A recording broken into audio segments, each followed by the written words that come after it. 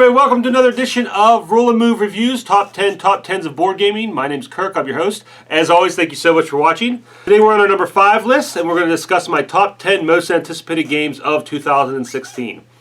My initial intention was to have this to be one of the final lists in the series, but because these videos are taking me so long to produce, I was worried if I waited any longer, then most of these games would be released before the video was. So here we go. We'll do our top 10 most anticipated 2016 now. And a lot of games on this list. Some of them are new games, some are reprints, some are expansions. Just the top 10 things I'm most excited to play throughout the year. Personal list for me, my own personal preference. And a lot of these games I see are Kickstarter because that's pretty much the only way games get made nowadays. So without further ado, let's check out number 10. The number 10 game on my list is a Lovecraft horror game that is not produced by Fantasy Flight. The name of this game is MYTHOS Tales, and it's been picked up by 8th Summit Games. Originally it was a print and play called Arkham Investigators. Non-Fantasy Flight Cthulhu Mythos games can be hit or miss, but this one looks kind of interesting. I haven't been able to find too much information about it on the internet, but it looks like it's a storytelling card game, and it takes place a little bit before most Arkham games do. It's way before the Ancient One's about to wake up, where you're just a normal guy or a normal person investigating strange happenings. So it's a little more street level maybe than the other Arkham games are. But it sounds like it's a lot of fun. Richard Launius is on board. He's listed as a designer on Board Game Geek, so you know he knows his way around the Lovecraft stories, and he'll do a great job with it. So I'm really excited to see what comes of this game. The artwork looks great. The little bit of the teasers they've given us look like a lot of fun. So this looks like a game that could be great in 2016. That's MYTHOS Tales. The number 9 game on my list is another one that I don't hear too many people talking about. It's not a very big game, but it's one that looks like a lot of fun to me, and that is The Networks from Formal Fare Games. In this game, it's a Euro-style economic game where each player is going to take on the role of the head of a television network, and you're trying to make your network number one. And you're going to be doing things like scheduling your programming and hiring actors and selling advertising space. That theme really grabs me. It sounds like a lot of fun. Reminds me if you've ever seen that Weird Al Yankovic movie UHF back in the 80s, when him and his friend are sitting there looking at the big board trying to schedule their programs and coming up with all these zany ideas. I'm feeling that's what this game's going to be like. And it's going to be a lot of fun, a lot of tongue-in-cheek humor, making fun out of TV. So I'm really excited to see what this game looks like, how it plays, and it just looks like a lot of fun. That's Network, Formal Fare Games.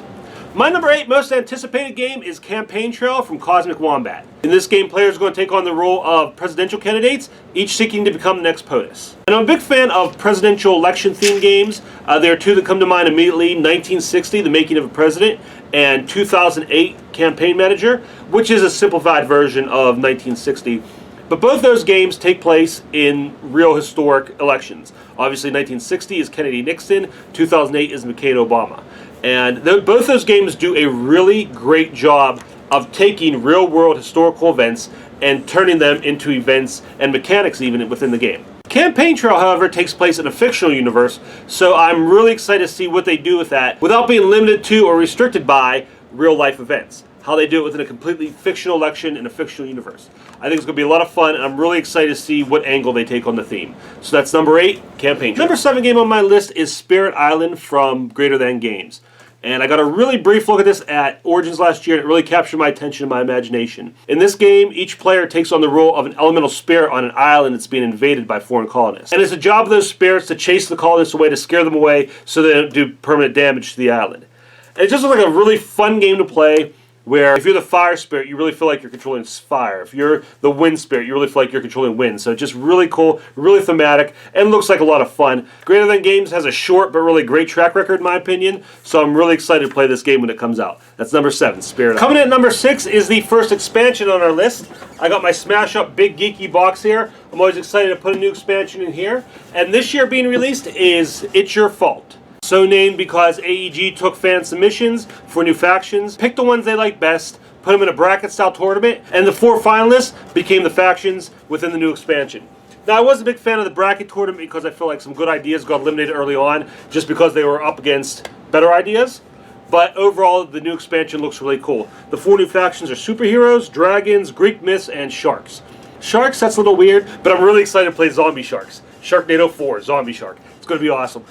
And I'm also really excited because superheroes was one of my submissions, and my daughter submitted dragons. So I'm sure we're not the only 2 people who came up with that idea, but it's really neat to see our suggestions make it into the final product. I'm also really excited because this is the first Smash Up expansion in a while that doesn't revolve around a singular theme. And I think Smash Up works best when it's just a bunch of completely incongruent factions that make no sense together and make for completely nonsensical combinations. That's why I'm really excited to get this, add to my Smash Up game, play these new factions. That's Smash Up.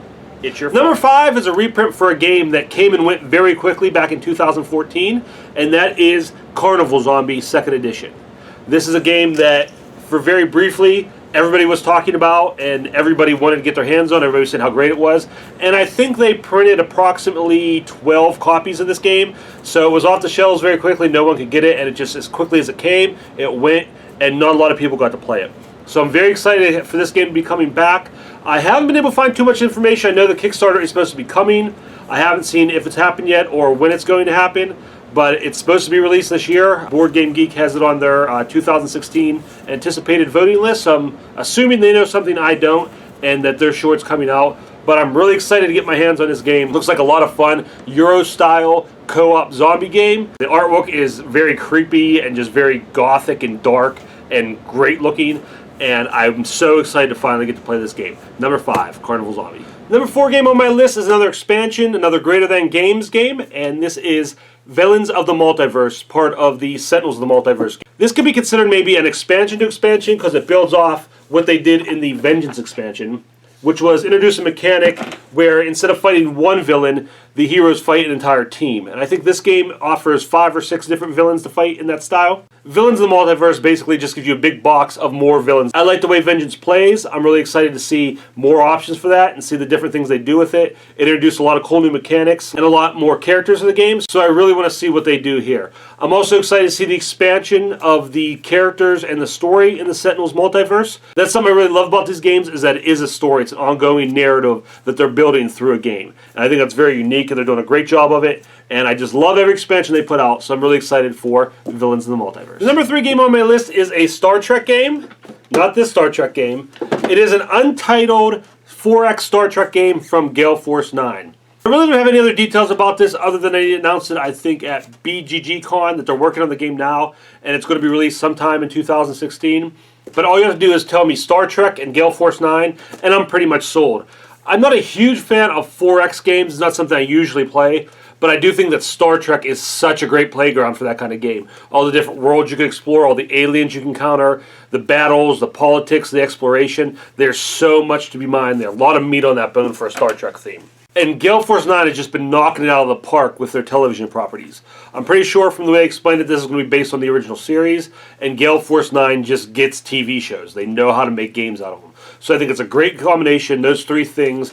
4X, Star Trek, Gale Force 9, match made in heaven. I don't see how this game isn't going to be fantastic, so I'm very excited to play it. No name for it yet. Untitled Star Trek 4X, Gale Force 9. Keep an eye out for it. Well, we did a Star Trek game, so in the interest of equal time, my number 2 game is Star Wars Rebellion. Another Star Wars game from Fantasy Flight. They've been knocking them out of the park. Imperial Assault, X-Wing, Armada, just a lot of cool games. They've had games in space, they've had games on the ground, and it looks like this one's going to encompass everything. Everything that's ever happened in a Star Wars movie seems like it's going to happen in Star Wars Rebellion. You know I love Star Wars, you know I love Star Wars games, and Fantasy Flight has just taken that license and ran with it. And Rebellion looks like it's going to be a ton of fun, a lot of cool minis. The scale looks a little off on some of those minis, so I'm not sure exactly how the gameplay is going to work, but I think the license is in good hands. Another expansive big box game, and it just looks like it's going to be a fun. I can't wait for it. Star Wars Rebellion. Okay, we're at number 1. Remember at the top of the video I said this was a very personal list for me? Well, number 1 is a very personal choice.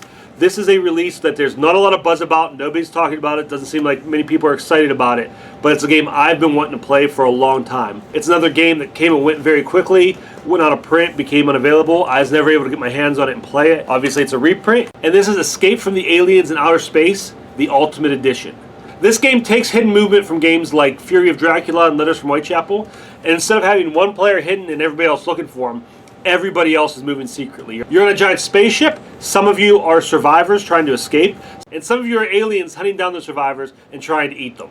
With the apologies to the legendary system, I feel like this is Alien, the board game. It takes the hidden movement and hidden trader elements of games and combines them, and it sounds like so much fun to play. I've heard mixed reviews. I know some people didn't really like it, but oh my gosh, it sounds like so much fun to me. and I can't wait to get my hands on it. They announced it earlier in 2015 that they'd be reprinting it this year, and I cannot wait. This is definitely my most anticipated 2016. It's Escape from the Aliens in Outer Space, the Ultimate Edition. Oh, I can't wait. Okay, everybody, that's my most anticipated list. Now it's your turn. Are you looking forward to these games too? And what other games are you excited to play in 2016? Let me know in the comments section below.